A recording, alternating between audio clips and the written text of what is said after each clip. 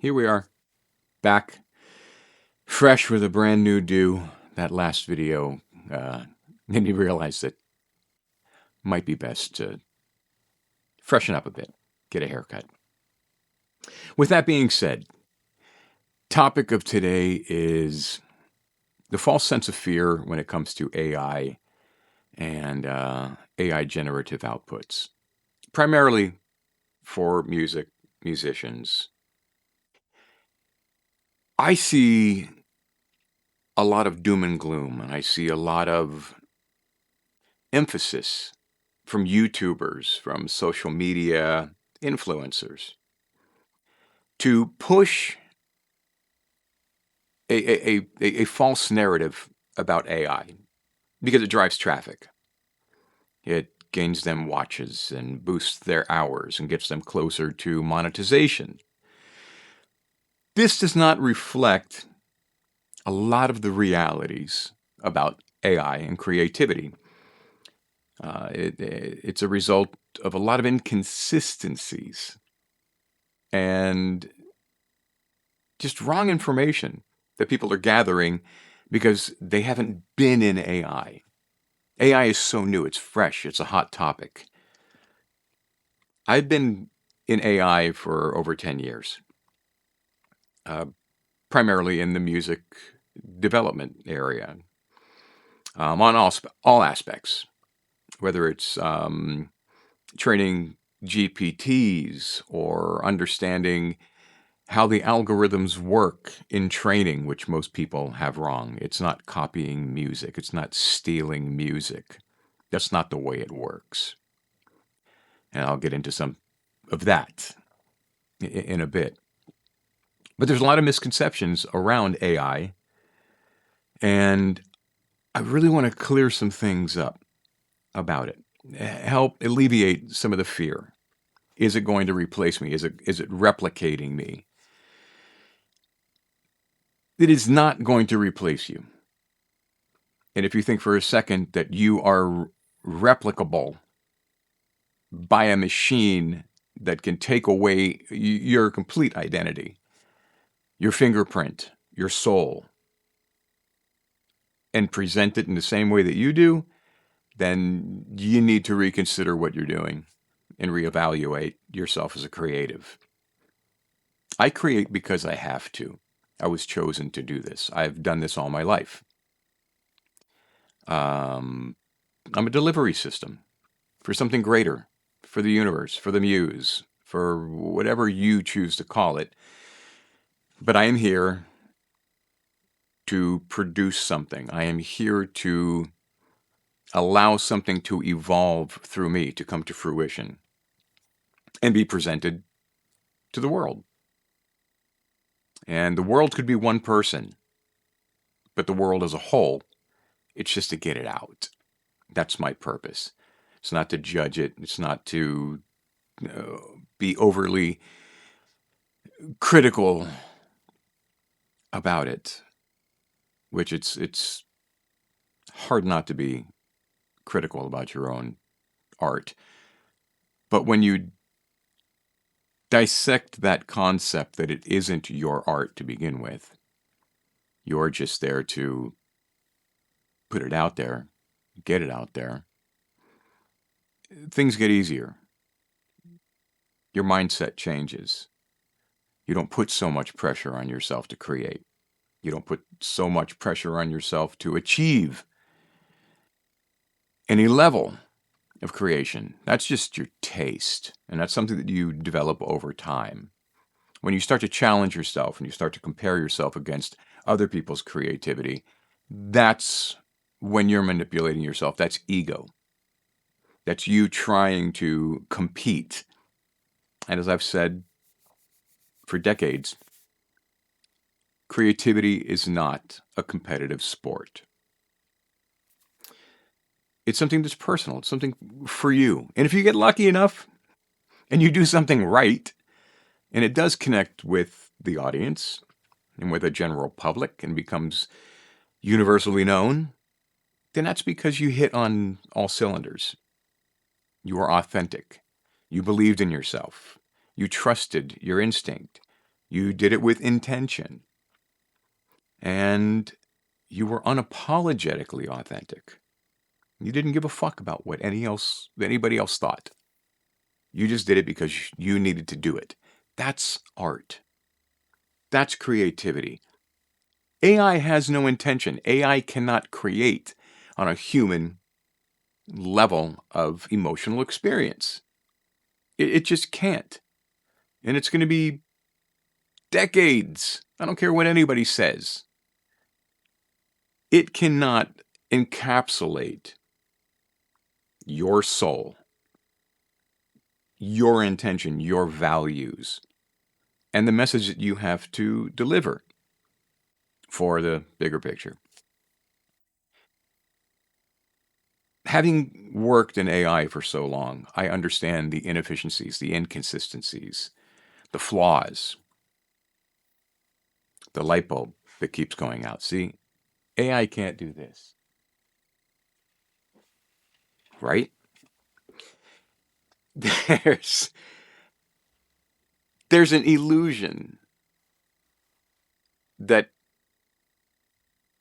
wraps around AI and creativity, especially by individuals that all of a sudden think that prompting is an art.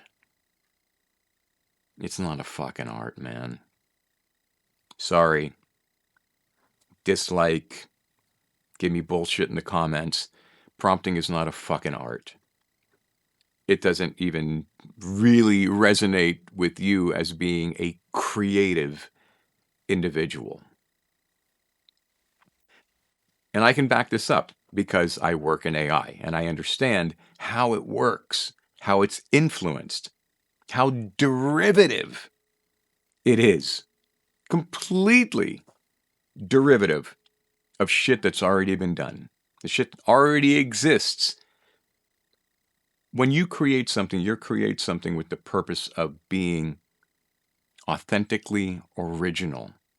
You're trying your best to take all of your influences, put them in a blender, suck them out from all the pockets in your body, and it all comes out in one voice, and that's your voice, right? So it doesn't matter how much you can prompt to a platform or a GPT, it is going to pull from others' creative outlets, from their endeavors, and anything that other people have done. And it's actually going to pull from the most popular reference and most current reference that it has based on your topic and based on your input. So it's kind of like a popularity contest based on your prompt.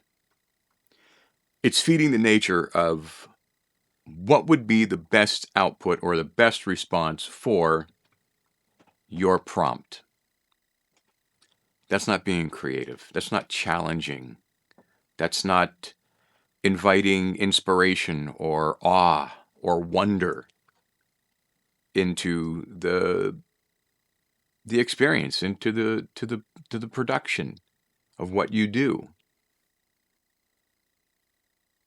So again, there's a lot of people with the wrong impression of what AI is doing and how it's working.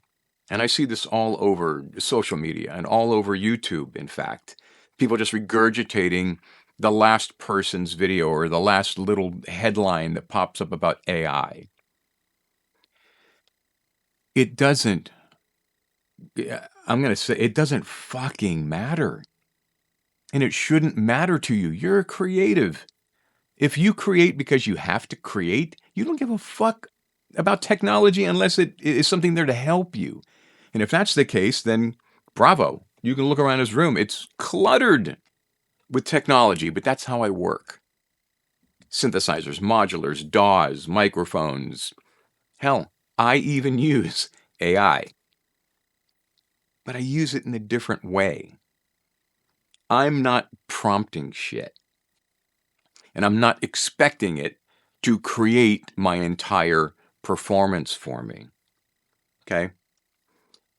The way I use AI is as a tool. I can reference things through AI. I can help check things through AI. I have AI plugins. I have AI sound libraries. These are tools that I choose to use, but I still have to manipulate them. I still have to feed it me in order for it to respond with it. That's a big difference between prompting and somebody being creative with AI. Some of the things that people get wrong is how AI learns, and that it's stealing our music and it's reading our music and it's sucking out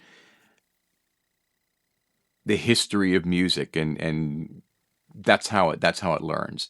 It's listening to music. It is not listening to music.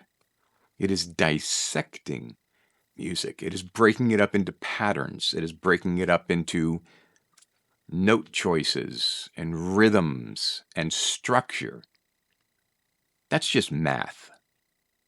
That has nothing to do with the art of being creative or the art of music. So when you feed it 10,000 guitar sounds and you identify those through metadata, and it looks at the data and it says, I need a heavy metal distorted guitar epic solo. It references every distorted guitar epic solo that has been ingested by the machine. It's not listening to guitar solos. You see?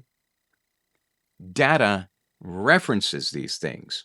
And then it looks at waveforms, and it looks at patterns, and it looks at note choices. It looks at even phrasing. And then spits you out something that is this cohabitation of everything that already has been. There's nothing new in the nature.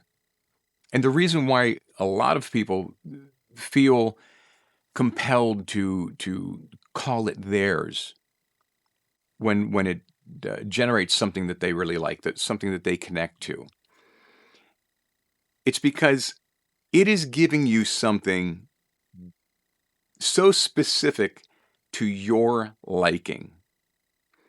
So all of your senses are met. All of the feels that you would hope, to get out of your own music is delivered in 21 seconds. And you listen to it and go, what the fuck? I could never do this. That's the first fallacy. Yes, you can do it. You're just too fucking lazy, or you don't have the skills to do it. The second thing is, you can't expect the generative platform to build on your idea. Okay, this is I can tell you 1,000 reasons why. But it doesn't do that, because every time that it's reading the prompt, it starts fresh. It wipes the board. It's a new diaper. You put new shit in it, and whatever comes out is what it is.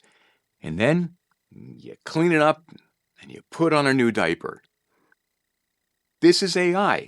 So it's not picking up from where it left off. It's not listening to the last thing that it generated and going, oh, Dave wants a little more of this in there because he prompted that. No. It starts from ground zero and maybe gets closer to that last thing you just prompt, but loses all the other shit that you loved about the last generation, because it's not thinking about the last generation. It never learns from what you have just proposed. Ever. It's not learning. So the fear that goes along with AI and generative music, it's just being promoted. I'm telling you, the whole time that I'm in AI, I'm still hired. I just finished a movie score. I spent 3 weeks on a movie score. And there's no fucking way that AI can do what I did. The microdynamics, the arrangement, the note choice, the harmonic content, the justification of what I felt matched the emotional tone of the script, of the characters, designing the sounds, the environment around the characters. AI cannot do this. It just can't. And when it comes to songwriting, fucking hell. AI song lyrics are the fucking worst. And anytime somebody tells me or shows me something, oh, this person just got on Billboard. This person has 4 million downloads because they write the lyrics and then Suno makes the rest of the song and sings it. I'll tell you, as sure as I'm fucking breathing here, I can tell you that they're not writing the lyrics. They're prompting a concept, an idea, and it is being completely derivative of every song that has ever been written before it, and every melody that has been sung before it, and every pattern and every phrase that has ever been in that genre based on your prompt request. That's what it's putting out. I can give you 50 words that you can look for in AI lyrics that identify the overreaching metaphors, the disjointed emotional structure, the timeline, clumsy build and design. It's, if you really dig into it, you'll realize that nobody wrote this shit. It's pulling from old Hallmark cards and old fucking YouTube videos on meditation and prayer group videos and religious videos and soul videos and R&B and gospel and whatever genre you want, metal, it doesn't matter. It's just pulling references. There's no subtlety to it at all. There's no rhyme or reason to why it is putting out what it is putting out. It's just doing it to appease you, to feed your senses based on the prompt that you fed it. And again, I can tell that 9 times out of 10, nobody wrote the lyrics either. And this is a big deal when you're talking about $3 million record deals and people getting signed because now they're producers because they prompted a hit song. The reason why it sounds like a hit song is because this is all the AI platforms have been fed on, or hit songs. So when you feed something 250 million hit songs, that's what it's going to spit out, something that sounds like a hit song. And I'm going to talk more about that in the next video. But this is where I'm going to draw the line today. Is all of this fear, you got to let it go. It's bullshit. It's not going to replace you. It's not better. Stop watching the reaction videos of somebody taking their shitty demo to begin with and putting it into AI and AI turning it into a fucking Styx tune.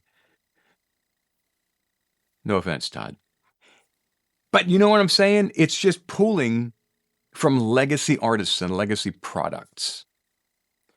It's not doing anything new. It's not going to create the next new genre. Doesn't matter how much you mash up from world genres. It's not creating anything new. That's your job, is to create something new. And there's nothing fulfilling about taking your old shitty demo, as I've done too many times to share, and having Suno spit something out and you go, wow, that's amazing. Yeah, it's amazing the fact that it can do it. Is it good? I mean, really good? Is it going to stand the test of time? Is it going to create some kind of need or want or desire from the public? As somebody who has done so many tests. And I've set up so many opportunities for myself to figure out how shit works against the algorithm, against AI and generative music. And it's all bullshit. All of it is bullshit. Everything that you think about AI is probably wrong. And that's coming from a guy that works in AI. Almost everything you know about AI generative music and music creation is wrong. So I want to help you figure that out, but the truth is there's really nothing to figure out. Just go about your ways of being creative in your own voice, in the way that you do it. Because that's how everybody else that has ever had real success, long-lasting, standing success, they sit at the piano or they pick up a guitar or they sing something or they use technology to capture their intention, what it is that they truly feel needs to come out and be shared, if even only with themselves or even with just their surrounding family members or friends. That's what you leave behind. Nobody's going to be listening to AI music in the future and going, fucking banger. They're not. I can assure you this, because there's nothing to connect you to. There's no connection. And as a result, the only people that listen to AI music are the fucking people that are making it for themselves. That's it. Fuck Spotify. You never got paid on Spotify ever. You never competed with artists on Spotify. You never made it on a playlist. So why do you give a fuck if AI is infiltrating the entire industry? You're not part of the industry. Let's just start with that. You're not fucking successful in the industry. I'm actually successful in the industry. Do I care about AI? No. It's not going to inhibit my further success in the industry. I have relationships with people. I write in purpose, with intention. AI cannot do this. And nobody really fucking cares about your AI song. Sorry. It gets your idea out there. Great. But it's not you.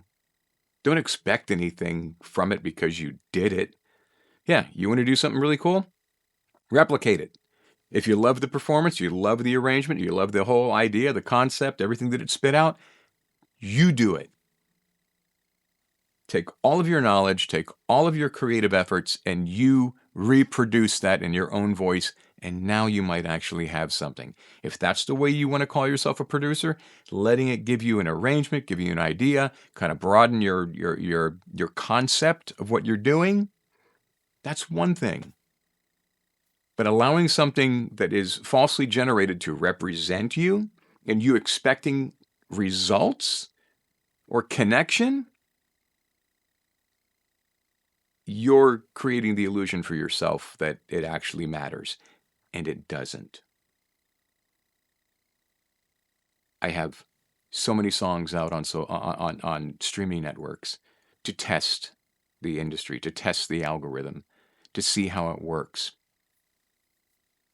Once I figured it out, I was like, I don't need to do this anymore, because this is not what is going to create my legacy. This is not what is going to propel me into the next part of my creative journey.